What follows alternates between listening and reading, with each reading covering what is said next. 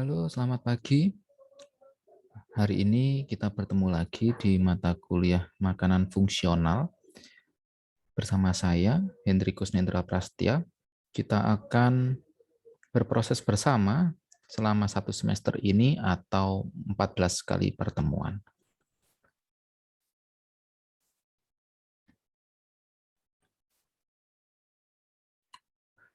Sebelum kita mulai perkuliahan, ada peraturan perkuliahan yang akan kita sepakati bersama.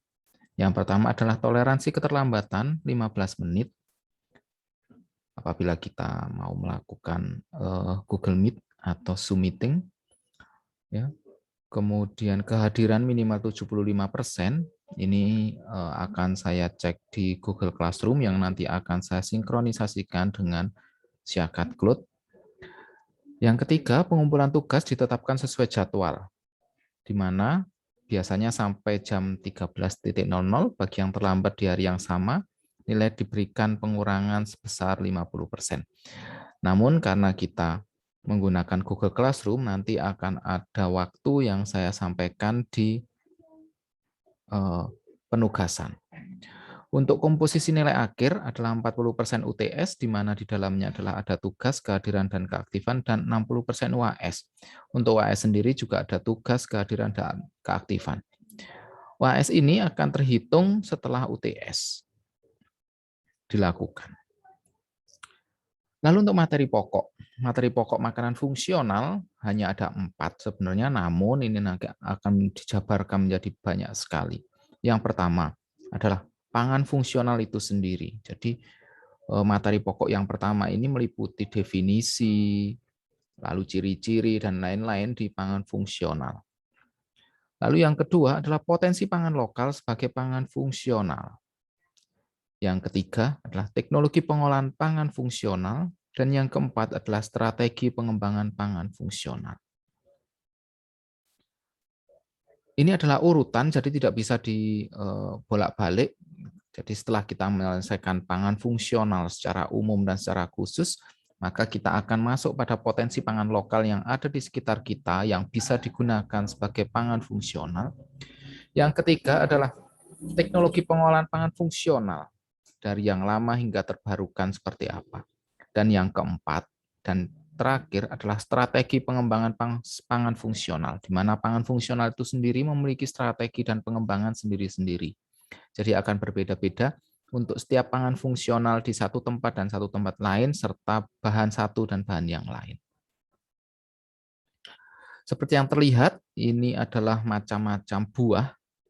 Ya, ada buah-buahan, ada sayur-sayuran. Ini memang terlihat seperti buah saja, namun ini sebenarnya pangan fungsional. Ada tomat. Tomat bisa dimakan secara biasa untuk mengenyangkan, tapi juga ada pangan fungsional ini yang akan kita bahas nanti.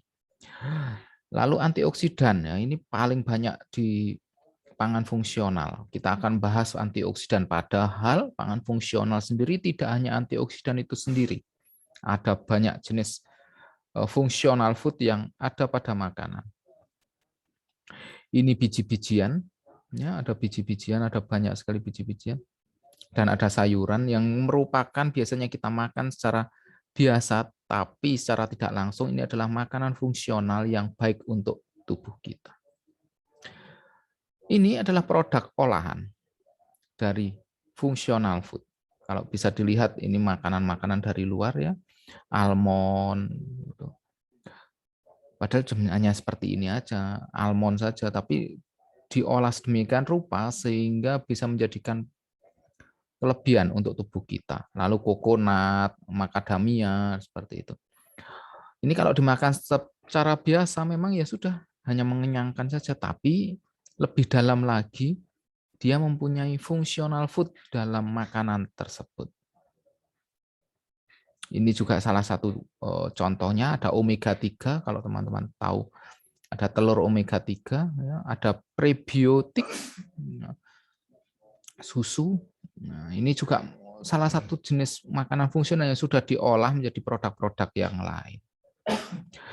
Maka dapat didefinisikan pangan fungsional atau makanan fungsional adalah pangan segar atau olahan. Sekali lagi, pangan segar atau olahan yang memberikan manfaat. terhadap kesehatan dan atau dapat pencegahan terhadap suatu penyakit, selain fungsi dasarnya sebagai penyedia zat.